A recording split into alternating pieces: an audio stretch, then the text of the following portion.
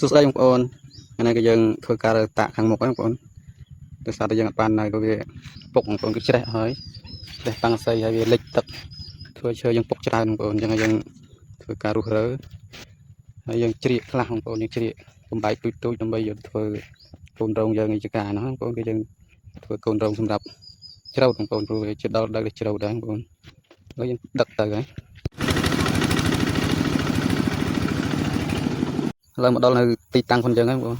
គឺទីតាំងសម្រាប់លើករងផងអញ្ចឹងបងប្អូនគឺរកកន្លែងបានមកលុបស្រាច់អញ្ចឹងណាបងប្អូន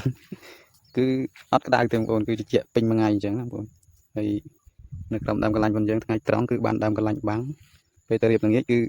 ដើមដួលបាំងបងប្អូនគឺអត់ក្តៅទេនៅកន្លែងនេះតែទីតាំងបានល្អមែនទែនបងប្អូនហើយចាំមើលទៅមុខទៀតយើងនឹង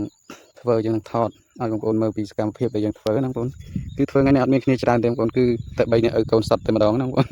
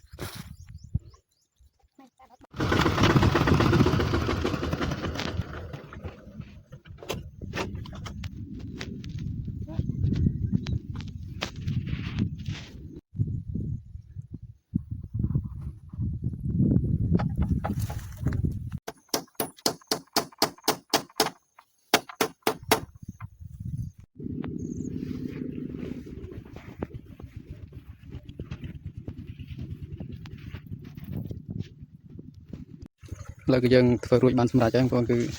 រងប៉ុនយើងគឺប៉ុណ្្នឹងឯងបងប្អូនអត់មានធ្វើអីទៀតទេគឺយើងនៅតែក្រាលនេះនឹងបាំងជាងគឺរួចហើយបងប្អូនហើយរោងយើងនេះគឺថាធ្វើអស់តិចតែទេបងប្អូនស្ទើរតែយើងមានឈើប៉ុនយើងស្រាច់អញ្ចឹងណាបងគឺចុះទៅតាំងអាស្រ័យនឹងដូចគោលទេបងប្អូន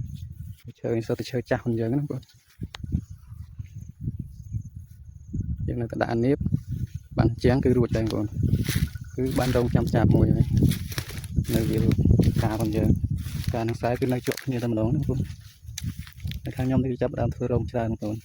ដោយសារតែខែនេះគឺពាក្យដល់ដែលយើងច្រូតកាត់ហើយបងប្អូនគឺមានអីច្រើនដែរបងប្អូនគឺធ្វើតែប៉ុណ្្នឹងគឺរួចហើយគឺយើងធ្វើរយៈពេល2ថ្ងៃបងប្អូនបានប៉ុណ្្នឹងឯងដោយសារតែយើងអត់មានគ្នាទេយើងធ្វើគ្នាឯងអញ្ចឹងណាបងប្អូន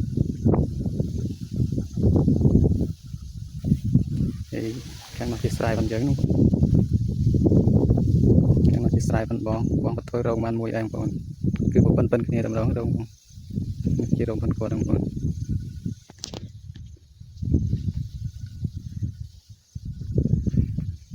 ហើយការធ្វើរោងយើងក៏មានតែប៉ុណ្្នឹងដែរបងប្អូន